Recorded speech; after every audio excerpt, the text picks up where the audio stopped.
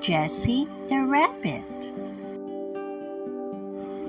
All the animals of the forest tease Jessie the Rabbit about her shy ways. But when a friend is in trouble, it is the shy Jessie who saves the day with her courage and quick thinking. Jessie the Rabbit was eating a carrot in a green meadow one sunny day. She watched the other animals run around and play as she admired them. She had always been the shy one, and they were always playing without her. They made fun of her because she got startled so easily. If a tree fell somewhere in the forest, she would rush into her rabbit hole and hide for the rest of the day. "You're such a scared cat, Jessie," Teddy, the cub, once said when she passed by him. "You never have any fun, Jessie." But Jessie the Rabbit was a cautious and wise rabbit. She knew better than to ignore every sound. "I may look stupid and scared, but I will always be prepared for danger," thought Jessie. She would hide and curl up every time she heard a crack or saw a shadow loom over her hole. One fine day, just like any other, a distant crack was heard. A tree fell down and a light brightly burned. Jessie darted into her hole, while the other animals continued frolicking around. Jessie shouted as loud as she could, "Run!" But no one heard her, so she jumped inside her hole and curled up into a ball. While Jessie was hiding, he could still hear the others laughing. Then, all of a sudden, Jessie heard some squeals, some running, and then Beaver started shouting, "The forest is on fire! The forest is on fire! Everybody run! The fire is spreading!" The beaver continued to shout as he ran past Jessie's hole. The whole forest was in a wild panic. Trampling everything, the animals ran away, leaving behind a cloud of dust and the forest on fire. Only Jessie was left in her hiding place, safe beneath the ground. Jessie had cleverly stashed away a supply of food and water in her hole.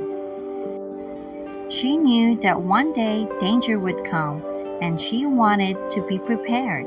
She was relieved to know she had enough supplies to last until the fire was over. In the distance, Jessie could hear a loud squeal. "Help! Someone help me, please!" Jessie didn't want to come out of her hole, as she knew that the fire was spreading. But then, she heard the squeal a second and a third time. Jessie couldn't just hide in her hole while someone was out there on her own. Jessie slowly raised her head from her hole. She could see the flaming trees all around. She heard another squeal and turned her head to see Teddy, the cub, lying down with his leg caught beneath a thick fallen branch. The ground around him was burning, and the fire was getting closer. Jessie was very scared, but she couldn't just leave Teddy there. Huffing and puffing, she rushed with incredible speed towards Teddy.